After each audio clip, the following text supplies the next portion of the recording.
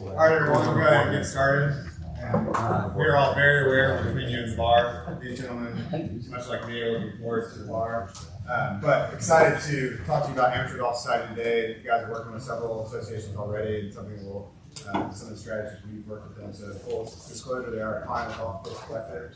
We have been working with them about a year and a half, and we'll talk about some of the work that we've done with them, but also some of the work you guys are doing with other associations. We'll turn it over to Dan and Sam to get us started and take it from there. What's going on, guys? I'm Dan Hershberg. I saw some of you in the seminar a minute ago, so I will apologize in advance for any redundancy that you will have here if you want to tune me out for that time. I will not blame you, as Preston said, getting close to the end of the day here.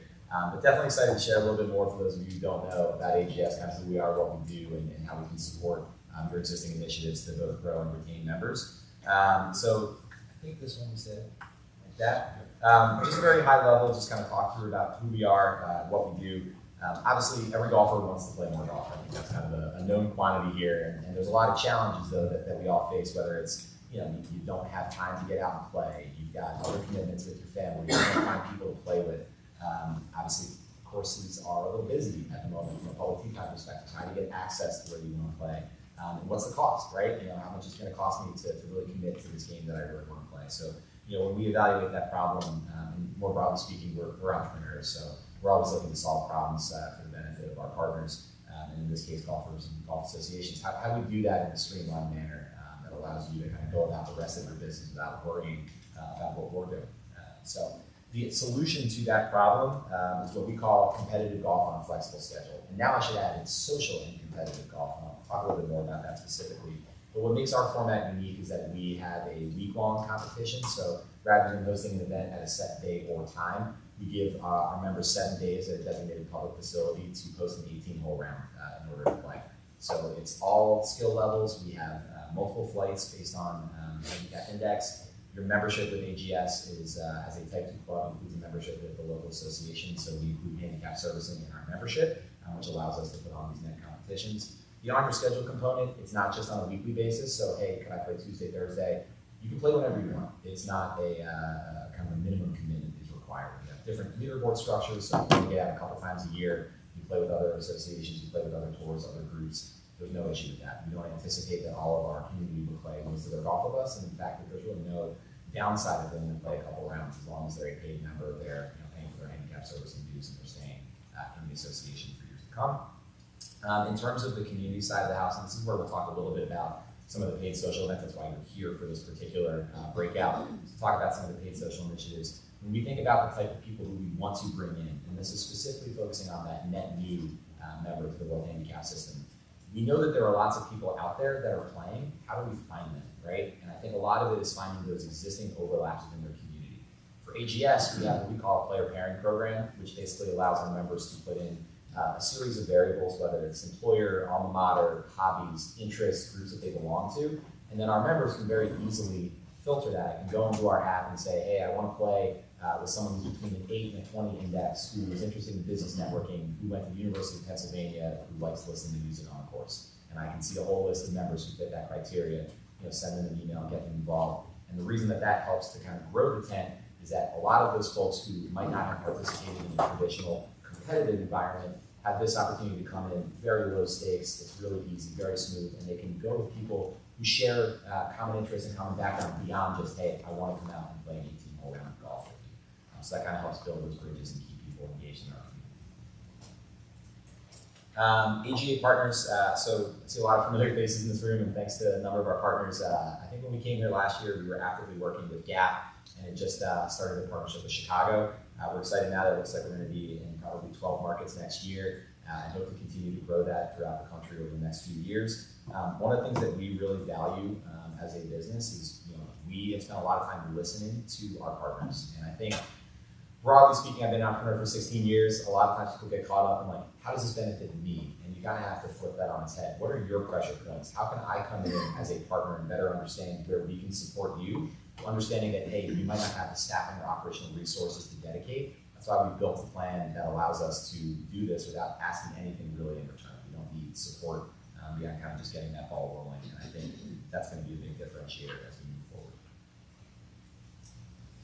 Before we go into some more tactical stuff, any broader questions just on the company before we get going? Yeah, I mean, we can get very much into the weeds, but again, at 4 o'clock on Tuesday, I don't think anyone really needs to hear about how we do our handicap governance. I can't tell you, we have a lot of really, kind of high-end automated features to manage handicaps. So from an educational and kind of management perspective, that's a big part of who we are and what we do, especially if you consider that, our members play whenever they want to without having tournament oversight, right? There's got to be a lot of rigorous kind of management on our end, so you go through those things. But again, we can talk about that at another time. I think we'll probably hear it more. Yeah, absolutely. I love speaking with Dan because he actually makes me sound like a normal pace talker. He speaks at the same level as me. So I'm going to speak just a little bit about some of the work that we've done with them that really complements and is a great resource for AGAs. So starting at the beginning of the year with Golf Association of Philadelphia and Chicago, which was, as he said, the first two, kind of wanted to do a little bit of testing of marketing via the association or via Amateur Golf Society and see if there was a net noticeable difference. The ultimate goal is to still drive net new members to the association. And that's kind of like the overarching theme here, is that they are complementary to what you guys are doing. They're going to be there to help drive new folks and get them more deeply engaged in the handicap system, therefore in your systems as well. So starting out the year, we worked with Dan Schofield and the GAP team. We actually took their email, like they were nice enough to give us their email list anonymized that we could upload it to a lookalike audience in Facebook and kind of leverage that side of things. And initially, we advertised directly on their channels to the landing page on AGS, thinking that we would have significantly more people click on that because there's brand recognition of that brand already in the market where we're advertising. What we quickly found out is the lift wasn't nearly as much as we thought. So what we've now been able to do is spend on Amateur Golf Society channels to promote the deal that they have with the association with nothing needed from the association, essentially. So it's essentially free advertising on Meta and Google for the association. I should say as well, in the stuff that Preston's showcasing here, where it's coming through your channel as an AGA, that's on our dime, right? So you're not putting any money towards this. We can run that up or run that down depending on the success of it, and we'll go through some metrics here in a minute. We saw a ton of success with it, but I think the main takeaway here is that the overall net positive between your channels and ours was fairly limited. Yeah, 100%. And it's to your point, it's free marketing for the association, right? It's a company that shares a similar goal of trying to attract new golfers and wants to spend money on that behalf, and we have a system that we know is going to reach some of those golfers. And Dan will get into a little bit of the membership benefit program that he devised as kind of a complementary system to this in one of our learnings. But just wanted to showcase how simple the process is for the associations that are interested in doing this. Golf Space manages all the spend. We use our expertise to make sure that we're optimizing both the creative and placement and everything in between. So I'm going to show you a couple of different ads that we use. These were the two videos I'm going to show you were the two most successful videos for both Chicago and Gap. And we'll talk a little bit about why that is afterwards.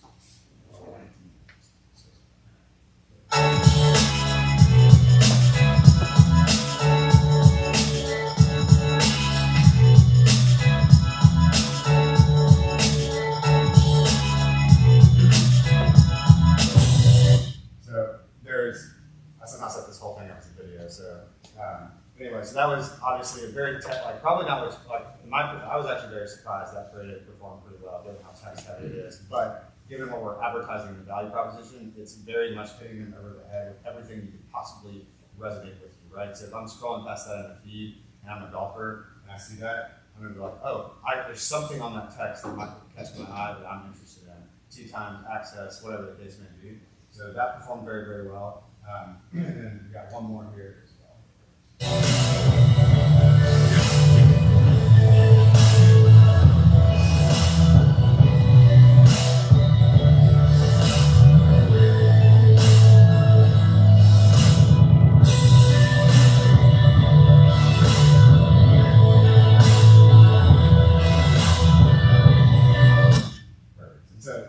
Is just showcasing what most golfers want, which is access to play awesome courses, right? And I think if you want to speak at all about that, Dan, how you guys partner with associations on the course side of things. Yeah, so one of the things that came up in our last seminar around inventory, and I know there's a pressure point, obviously you guys are looking for venues to host events, and we want to be very clear, we don't compete with you in terms of inventory. When we go to a course partner, we're not saying, hey, give us a dedicated block of tee times, hey, give us a discount, hey, give us this. It's literally, we just tell you or tell us the week that you want us to come. And then what we do is we take that information for that week's tee sheet, we build it into our app, and then we sell tee times in advance to our members behind our paywall at rack rate, only up until they open that tee sheet to the public. So from a course's perspective, we're basically just pre-selling times on their behalf.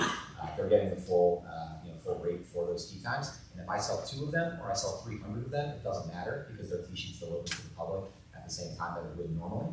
So it's a win-win for them. It's also a good thing to help support member courses in the area, right? So when we get an introduction from like our friends at CDGA or our friends at GAP, it's a pretty nice setup where they're saying, hey, this is a benefit to you. You're going to get a member funnel of new golfers who come in, and we're advertising on their behalf as well. So I think one of the primary takeaways of this particular breakout is that paid media is not just on behalf of amateur golf society. Hey, this is cool. It's no, look at the courses that we're promoting in the area. Look at the benefits you get for being part of the association. And again, it's on our map. Before I get into the nitty-gritty here, can you maybe talk to us a little bit about how the pricing works for people joining your Sure. Yeah, so the way that we set it up, our paid membership, so if we're acquiring golfers either through paid marketing or through partnerships, our annual membership fees run anywhere from $75 up to $125, and there's various levels of benefits within each membership. However, every membership includes your handicap servicing with your association, as well as membership in that association. So we will pay you your cut, and again, it varies based on our partner, but you tell us what the rate is, and that's what we pay you for that membership.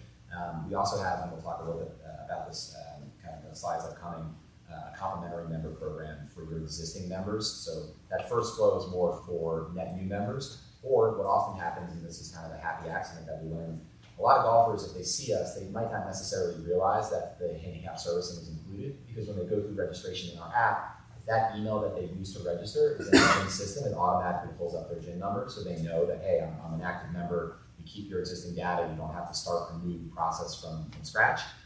But a lot of folks will become a multi-club member without realizing it, so now they're worth twice to you what they were worth before, because they're going to pay us and they're going to pay you. Very few cases someone reaches out and says, hey, I have 2 servicing, can I get a discount on 1? We're happy to do that credit, because again, we want to make sure you guys get what you need, but it's pretty low lift on our end. Perfect.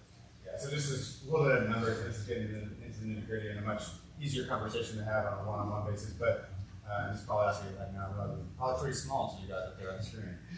But so all we're looking at here is spend from about March to May, Chicago and Philly. So Chicago spent about $4 grand, Philly spent about $2 grand, all directing to landing pages again, and pretty traditional strategy.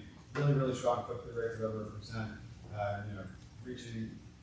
Really pause these with the frequency got above 3, right? 3.5 and 4 there. But what we saw here is just a lot of net new traffic to landing pages on the Amateur Golf Society website. It also has a ton of information about your association too. So you're essentially getting free traffic of net new golfers who look like your existing audience, because we're targeting people from a lookalike audience and getting them to a page about golf in your market and trying to get them to convert and join.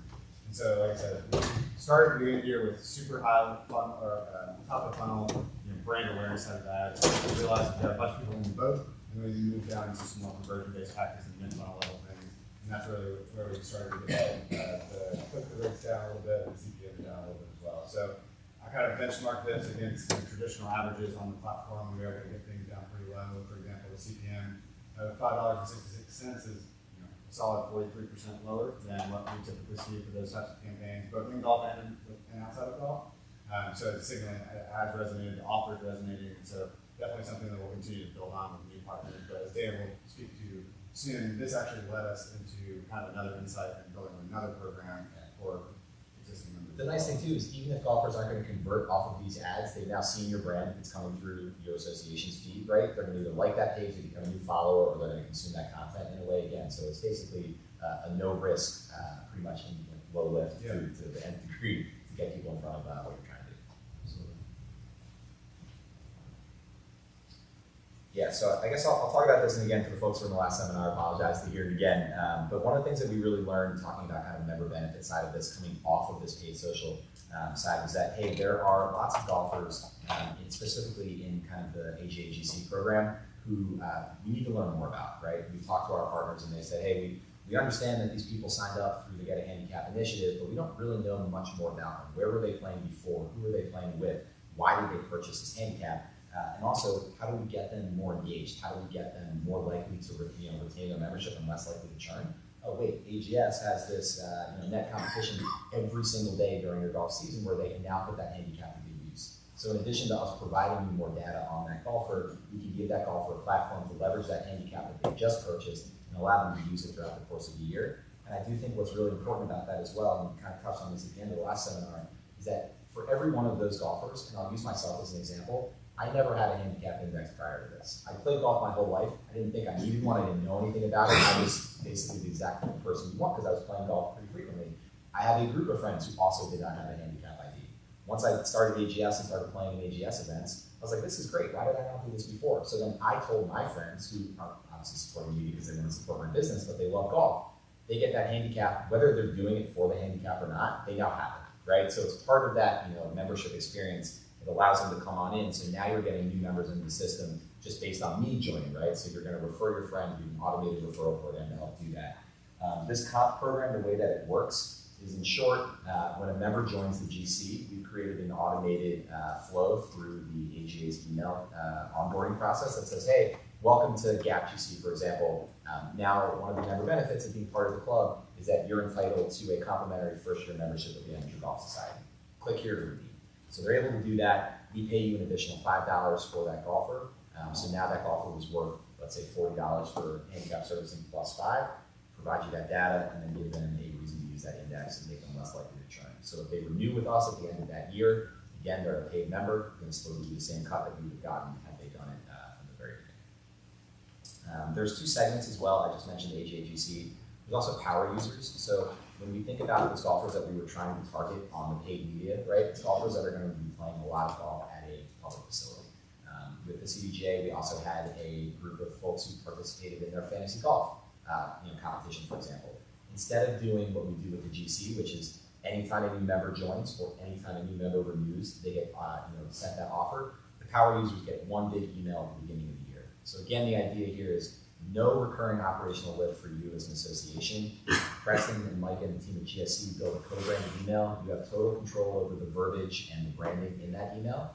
So it can be customized to your desire. And then we send that email to those members, these power users, if you will, and say, hey, another member benefit, complimentary membership offer, sign up here, you have a 7-day window to do it. So it really gets some initial traction.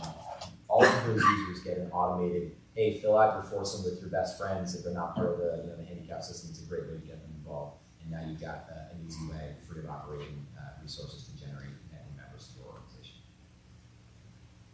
To your point, it's like we've talked a lot over the last couple of years of getting people who are golfers, but maybe not deeply involved with associations have reason to do so, and a reason to do so, and the handicap using it and having an incentive to do so is such a good way to do that. Yeah, and I think the other part of it too, beyond the revenue and the opportunities we're talking about, that data. I mean, the data really goes to, I think, the crux of what we're trying to do here. You want to better understand who these people are, where they're coming from, why they're joining this. So it's not just where did they come from, but it's who are they playing with, right? And why are they playing? So we try to help make these connections based on, as I said, common interests.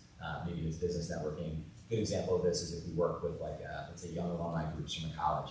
Those kids who are just coming out of school, they want some professional advice from older alums. But how do you get those people together? Those groups don't want to put on one-day events for the same reason that most organizations don't want to put on one-day events. You got to find a golf course, you got to sell tickets, you got to deal with the staff and the operations. Because we control the tee sheet at that club for the week of our event, we can go to the alumni organization and say, hey, we're going to book a block of tee times for you. It could be 12 people if you want. Now we can have young alums from your organization with people who've been in the workforce for a while. That 4.5 hours they spend together can be incredibly valuable. Gets them playing golf together, gets those relationships built, and helps them stay more active in the community. And creates a positive association between that experience and the golf association. 100%. And that's the other part of this too, is that we want to be a conduit for your messaging, right? So whether it's your existing members that have joined us through the comp program or our net new members, all of those folks are essentially marketing assets, right? So you can send us, whether it's charitable initiatives, whether fundraising initiatives, whether it's adaptive open initiatives. It could literally be anything. We can help put that in front of those golfers. And it's not just through our emails, it can be through these social campaigns as well.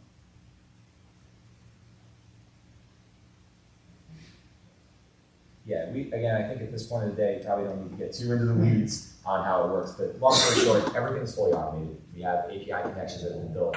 We work with the development team that built a lot of GiA's product suite. So we have staging access to GiA and develop GiAs to help set up a lot of these things to keep it very streamlined for you.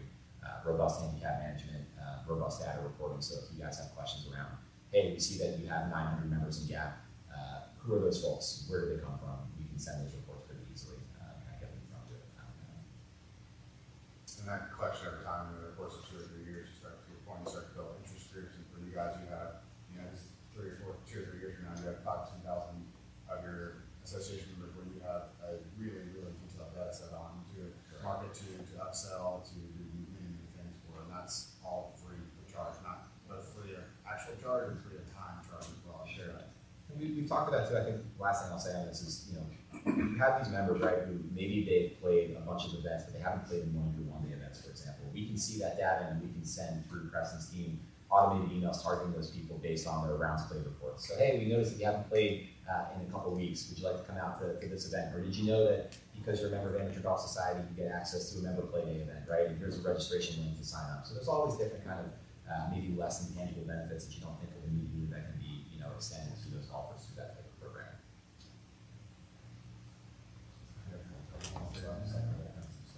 Yeah. Well, this is my colleague Sam. He's been patiently waiting, sitting here, listening to us talk. No, it's all good.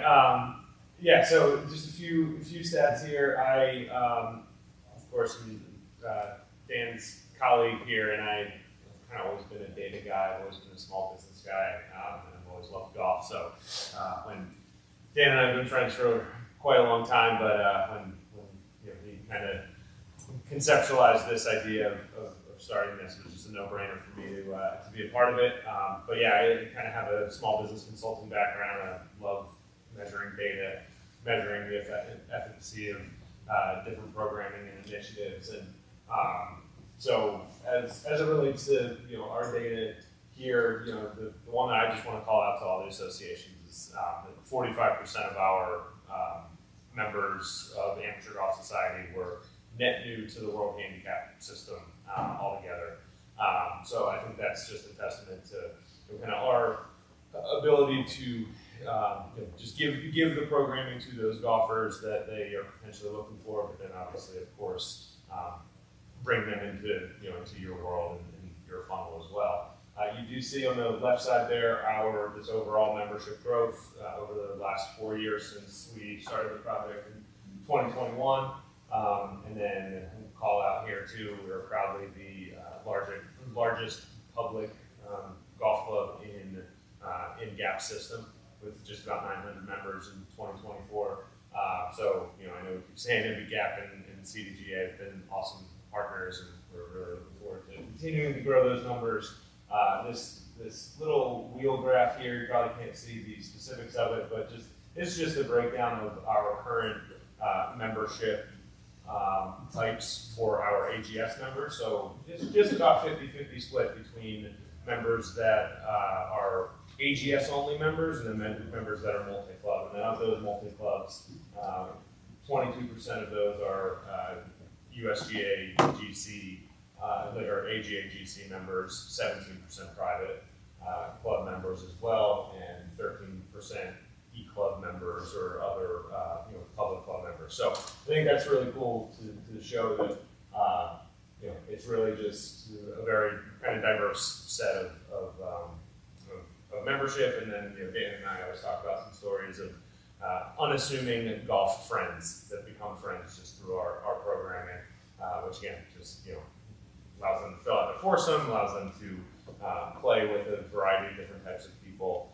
and have the kind of the overall overarching bond of golf, and that's obviously what we all love to provide for our customers. So that's about that on that side. I have some average member stats. We also have a version of this graph in our little pamphlets here that we'll make sure we hand out to you guys, so you can have some more information on us. But I think kind of my parting words will be that whether it's paid media or any other initiatives that you are all doing, you can't manage what you don't measure is one of my kind of favorite sayings in business, and so I would encourage all of you, if you're not already, putting some metrics in place or some kind of measurable strategies in place to see how your different initiatives are doing. Again, whether it's paid social or really anything else. So yeah.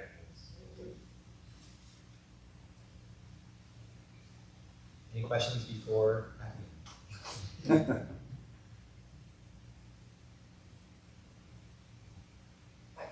So in terms of the startup, to get into it, what's required?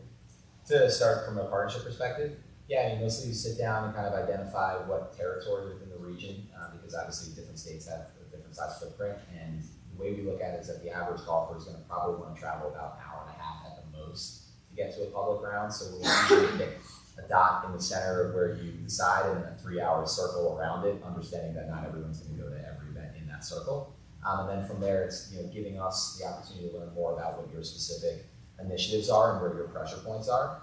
Obviously, the kind of core product that we offer is pretty replicable across all markets, but you may have different initiatives, whether it's targeting a different subset of your membership that you want to get more engaged, whether it's wanting to bring different people into the membership that you haven't had success with previously. From that point, we kind of run solo. We build a course directory based on that geography. Typically, our partners will send an email introduction, something to the effect of, hey, we want you to meet Dan. From there, we run with it. We bring the course on, we do all the operational lift, administrative stuff, and then it's really just bringing in those comp programs and or the social stuff. So the social thing, for example, it's not mandatory, right? If you want to do that, we're happy to spend on your behalf to do that to drive membership, but we can also just start with the baseline of what we discussed from the comp flows. And most of those, the actual workflow of getting started, an hour of time, realistically, just reviewing emails. After that, very hands-off. And what T-sheet providers are you integrated with? So we don't have direct integrations today, although we're in the process of building those. We've spoken to the majority. We have APIs from Lightspeed and Club Caddy. That, to be honest, is one of our biggest challenges at scale. When we built this kind of onboarding form with our course partners, it obviously requires them, even though it is literally 10 minutes of lift. It doesn't always get done in a timely manner, so there's a lot of follow-ups, there's a lot of banging on doors to get it done. But what we've learned through some tech partners is that it looks like we're going to be able to get access to, in essence, a back-end aggregator where all of that information is visible to us. So that way we can build those T-sheets. The course will basically say, hey, this is the week we're doing it, and then we'll see you then. Awesome. We go in, we find the parameters, we build a T-sheet. Right now, the way it works is it's currently automated. If you book a tee time in our platform, you get the email with all the information, we get the email with all the information, and the operator gets the email with all the information. We then don't assume that they're going to take that email and put you on the tee sheet, so we follow up periodically leading up to the event. And because our app closes bookings anywhere 7, 10, 14 days prior to play, at that time we follow up before they open the tee sheet to the public to confirm that everything is on that tee sheet. 95% of the time that gets the job done. There's obviously human error involved, so if we can bypass that entirely and just work directly with the software, I think it's going to be pretty smooth. At the end of the day, it's a benefit for them, right? We don't ask anything in return. We're trying to cut their operational resources out, and frankly, the biggest issue that we've seen for the courses that are willing to give us that access is that there are capped restrictions unless you become an admin of that software, that I could only put like 1 tee time every 6 hours, for example. And we have days where we might have 50 people playing, so that's obviously not the easiest way to do it. But we're making really good progress there and should have it hopefully done at some point in 2025. So just one last question. It's really for GAP and maybe CDGA. Did you guys have presence during the week of this event at one of the facilities, or did you just hands off? No, I think Dan went out to 1 or 2 and did a little drone video. Yeah. I think the Chill Moody, when Chill was out there, Yeah. like a Yeah, local rapper. Yeah. Yeah. But typically no. That's okay. And then honestly, it's during the season. So, those guys are GAP members. So they know we're running ragged and they take the range on most of it. I think the blanket statement that we want to offer is that the core relationship is you do nothing, right? Yeah, if you want to do on top of it, we are happy to build as much of a partnership and relationship as you want, but we're cognizant of the fact that you don't necessarily have the bandwidth to do that, so we built the kind of core product to not require it. If you want to come out and have activation opportunities, set up a tent and table, you want to talk directly with members, one of the things we've talked about is, again, because we have access to the T-sheet, there could be like an association foursome every week, right? Where we promote that foursome, we get a sponsor to knock off the cost, and then an association member will come and play a foursome and talk about, hey, this is what it's like being part of the community. And maybe those golfers, maybe they know that their membership with AGS includes a membership in the association. They don't fully understand what that is. Like one of the challenges we've seen, our email open rates are insane. It's like 75, 80%.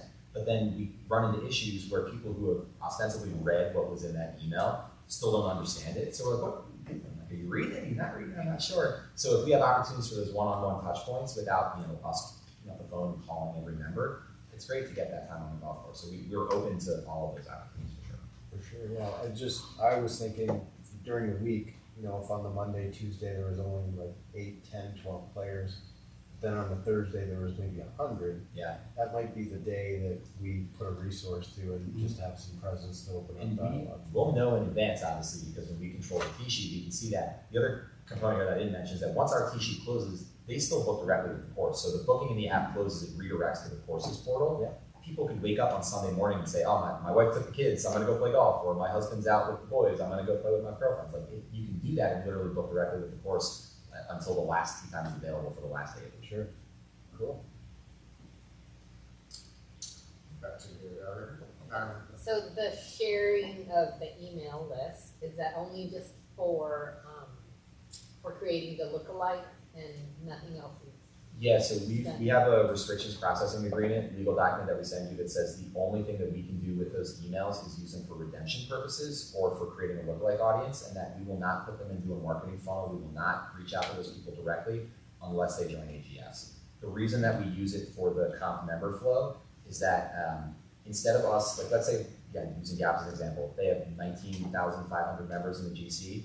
I don't want to create 19,500 individual coupon codes that are one-time use for those golfers because I would have to do that at scale in every single market, kind of break the back end of the system. And if I created one coupon code and then it got out somehow, you could have people redeeming it and paying $0, and then we're both eating the cost of their handicap service, which neither of us want to do.